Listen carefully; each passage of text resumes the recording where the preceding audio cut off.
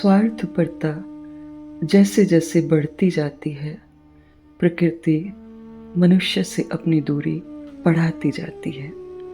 नमस्कार, मैं हूँ अर्चना त्यागी, एक बार फिर से आपके साथ हिंदी लेखक परिवार के मंच पर, और आज प्रस्तुत कर रही हूँ एक बहुत ही सुंदर कहानी जिसे श्री हरि प्रकाश राठी द्वारा लिखा गया है।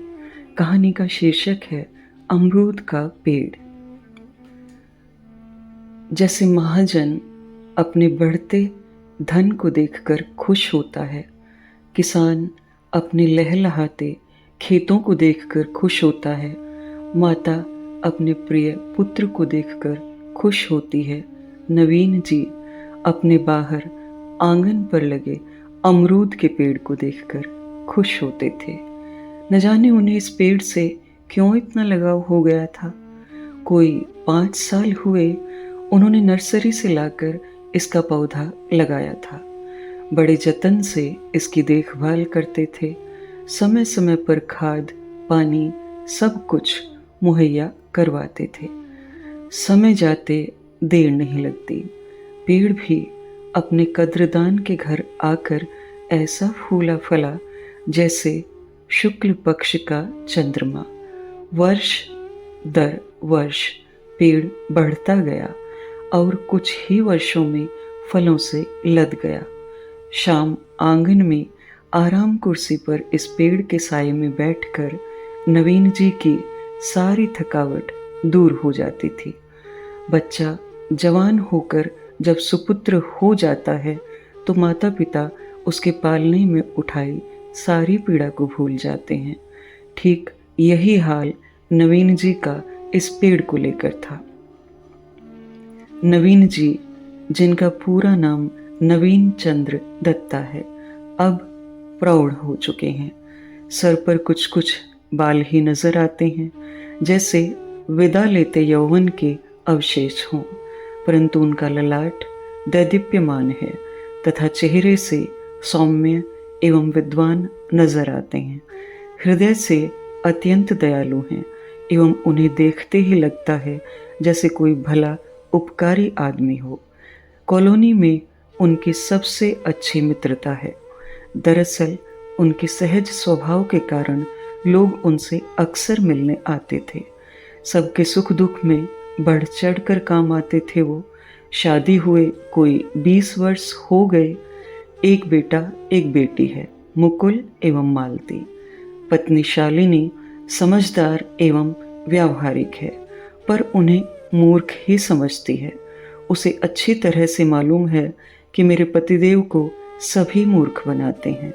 सभी उनकी झूठी तारीफें करते हैं एवं कलेक्टरेट में इनकी नौकरी के जरिए काम निकालते रहते हैं। उनके बच्चों का नजरिया भी अपने पिता के बारे में ऐसा ही है। नौकरी करते 20 वर्ष हो गए, अभी भी बाबू ही हैं। प्रमोशन के नाम पर हर बार धत्ता। प्रमोशन परिणाम के दिन हर बार मुंह लटकाए चले आते हैं। पूछने की जरूरत ही नहीं है, उनका चेहरा ही इसका दर्पण है। नवीन जी चुपचाप सह लेते हैं यह सब। उन्हें मालूम है भले एवं अच्छे इंसान के लिए इस दुनिया में वितृष्णा के अतिरिक्त कुछ नहीं है। उसकी खुशी तो उसके आत्मसंतोष में ही छिपी है। इस बार सीजन में अमरूद के पेड़ पर बहुत फल आए। पेड़ जैसे अमरूदों से लद गया। टप टप करके ऊपर से ढेर सारे अमरूद सुबह गिरते तो नवीन जी उन्हें धोकर कुछ घर में रखते, कुछ तुरंत ही कॉलोनी में भिजवा देते। घर से बाहर निकलते तो लोग कह ही देते, भाई नवीन जी, आपके पेड़ जैसे मीठे अमरूद तो कभी नहीं खाए। नवीन जी को इससे एक भीतरी खुशी मिलती थी। शायद अमरूद का पेड़ भी इसे कहीं से सुन लेता था। प्रशंसित होकर बढ़ चढ़कर फल देता।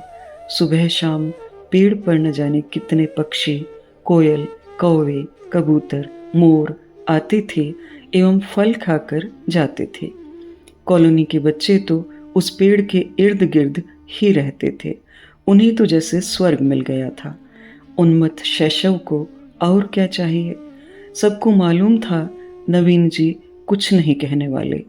ऑफिस से आते जाते इन बच्चों को देखकर नवीन जी का हृदय भीग जाता।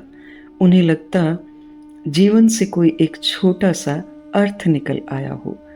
सज्जन इंसान की यही निशानी है। मिट्टी किसी की भीगती है, परंतु तृप्ति उसको मिलती है। दुख किसी को पहुंचता है, परंतु पीड़ा उसके अंतस में उभरती है। आज ऑफिस से आते हुए वे 4-5 लोहे के हुक लगवाकर बांस ले आए थे। घर आते ही पत्नी बच्चों ने टोका, ये क्या कर रहे हैं आप? क्या आपको मालूम नहीं है इससे हमें कितनी तकलीफ होती है? सारे बच्चे सारे दिन मुंडेर पर बैठे रहते हैं, पक्षी अधपके फल गिराते रहते हैं, सफाई कर कर के थक जाते हैं, और आप यह बांस भी ले आए। कुछ और भी कसर रह गई थी। बड़े सहज भाव से नवीन जी ने कहा, भाग्यवान बच्चों को बहुत तकलीफ होती थी। अभी कल ही पड़ोसी गिरीश जी के बच्चे अमरूद तोड़ते हुए गिर गए थे। मैंने सोचा बांस छप्पर पर रख दूं तो बच्चे छप्पर से लेकर बांस से अमरूद तोड़ लेंगे। एमए फर्स्ट क्लास पत्नी ने सर पीट लिया। मन ही मन कुढ़ी और खींच कर रह गई। एक यही बेवकूफ मिला था जगत में मेरे लिए। लेकिन नवीन जी चुप। अमरूद का पेड़ भी उनके साथ चुप खड़ा था, मानो कह रहा था कि संसार के मूर्खों में तुम अकेले नहीं हो। लेकिन दोनों दाता होने के सुख को जानते थे। धरती जैसे धन धान्य से भरकर सब कुछ अपनी संतानों को दे देती है, वैसे ही विसर्जन के सार गर्भित सुख से नवीन जी मालामाल थे। इस बार सीजन में इतने फल आए कि कॉलोनी के लोग तो क्या, पक्षी भी निहाल हो गए। यहाँ तक कि गाय बकरियां भी अधपके फलों को खाने के लिए आने लगी। सभी उस पेड़ को दुआ देते थे एवं इन दुआओं के मिलते अमरूद का पेड़ हर वक्त फलों से भरा मिलता था। कल्प वृक्ष हो गया था पेड़।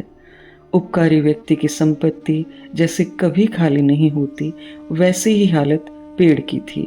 प्रकृति का यह गूढ़ रहस्य नवीन जी के साथ साथ पेड़ को भी समझ में आ गया था। शायद किसी की दुआ नवीन जी को भी लग गई। इस साल उनका वर्षों से रुका प्रमोशन हो गया, जब वे अपने महकमे में अधिकारी हो गए। लेकिन प्रमोशन के साथ ही उनका स्थानांतरण भी जोधपुर से 350 किलोमीटर दूर जयपुर हो गया। नवीन जी की वर्षों की मुराद पूरी हुई। बुढ़ापे में उन्हें बाबूजी सुनना बहुत बुरा लगता था। सोचा कम से कम बच्चों की शादी में तो कह पाऊंगा कि मैं सरकार में अफसर हूँ।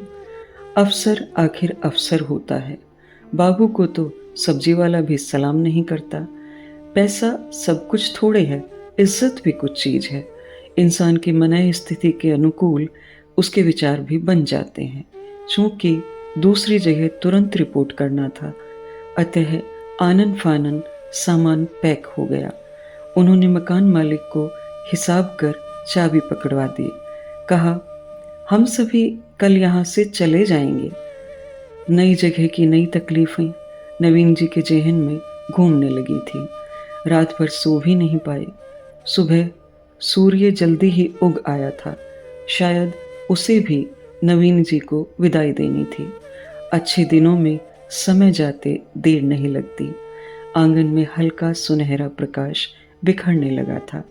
अमरूद का पेड़ आंगन में यथावत खड़ा था। पत्तियों पर ओस की बूंदें सुहावनी लग रही थी। नवीन जी ने एक एक कर सारा सामान बाहर भिजवाया एवं घर खाली होने पर आंगन में आए। अब तक बच्चे एवं पत्नी भी बाहर जा चुकी थी। नई सरकारी गाड़ी में बैठने की सबको जल्दी थी। अमरूद का पेड़ जैसे उन्हें विदाई देने को खड़ा था, मूक और प्रगल्भ। उसे देखते ही भाव विभोर हो गए। कस के पकड़ लिया उसे और फफक कर रो पड़े। इस शहर को छोड़ते हुए उन्हें सर्वाधिक दुख इस पेड़ को छोड़ने का हो रहा था, मानो कोई भाई भाई से बिछुड़ रहा हो। संभल कर उन्होंने उस पर प्यार से हाथ फेरा, जैसे उसे समझा रहे हों कि इस जीवन में कौन हमेशा साथ रहा है। हर रिश्ते की एक उम्र होती है, शायद तुम्हारा मेरा इतना ही साथ हो। नवीन जी शायद वहीं खड़े रहते, पर बाहर से बिटिया की आवाज़ सुनकर चौंके। पापा, कॉलोनी के सब लोग, बच्चे आपका बाहर इंतज़ार कर रहे हैं। नवीन जी बाहर आए और आश्चर्यचकित रह गए। कॉलोनी के सभी लोगों ने उन्हें फूलों से लाद दिया। बच्चे बूढ़े सभी उन्हें बाहर सरकारी गाड़ी तक छोड़ने आए। गाड़ी में बैठते बैठते भी वो अमरूद का पेड़ देखना न भूले। शायद कह रहे हों, मित्र फिर मिलेंगे। समय कितना जल्दी बीत जाता है, पता ही नहीं चलता। नए काम की आपाधापी एवं जिम्मेदारी में नवीन जी को पता ही नहीं चला कि जोधपुर छोड़े 2 वर्ष हो गए। इन्हीं दिनों ऑफिस के काम से कोर्ट की एक पेशी के सिलसिले में उन्हें जोधपुर जाना पड़ा। जोधपुर सुबह पहुंचकर उन्होंने सोचा पहले कोर्ट का काम कर लिया जाए। होटल से तैयार होकर वो सीधा कोर्ट पहुंचे। पेशी से आते आते 2 बज गए। सीधे होटल पहुंचकर कमरा खाली किया एवं गाड़ी में नीचे आकर बैठ गए। ड्राइवर उनका इंतज़ार ही कर रहा था। गाड़ी में जाते जाते उन्हें पुराने घर की याद हो आई।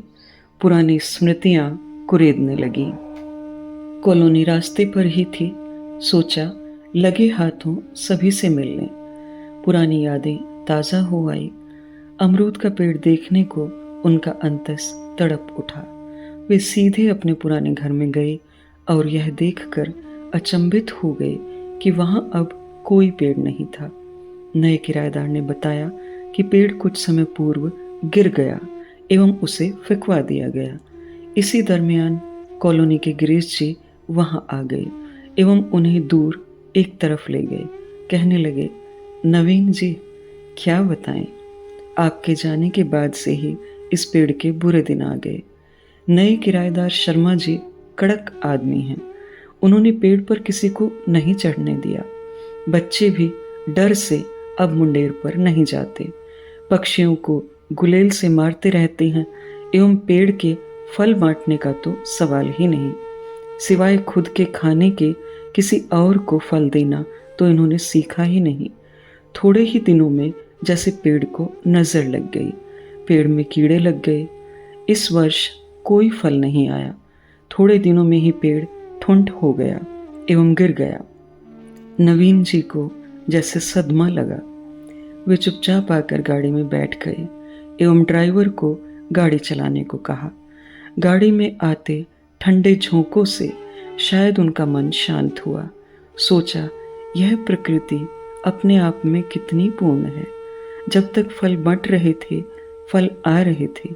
ज्यों ही संचय शुरू हुआ, जैसे गंगोत्री ही कट गई। जो देना नहीं जानता उसे प्रकृति देती भी नहीं है। एक अजीब से विषाद भरे इस ज्ञान के मर्म को सोचते सोचते न जाने कब उनकी आंख लग गई। अभी आपने सुनी यह सुंदर कहानी अमरूद का पेड़। मेरी आवाज़ में यह कहानी अगर आपको पसंद आती है तो लाइक करें, कमेंट करें और अन्य साहित्य प्रेमियों के साथ साझा भी अवश्य करें। अपनी रचनाएं आप भी हिंदी लेखक परिवार के मंच पर साझा कर सकते हैं। hindilekhak.com वेबसाइट पर आप अपनी रचनाएं स्वयं अपलोड कर सकते हैं।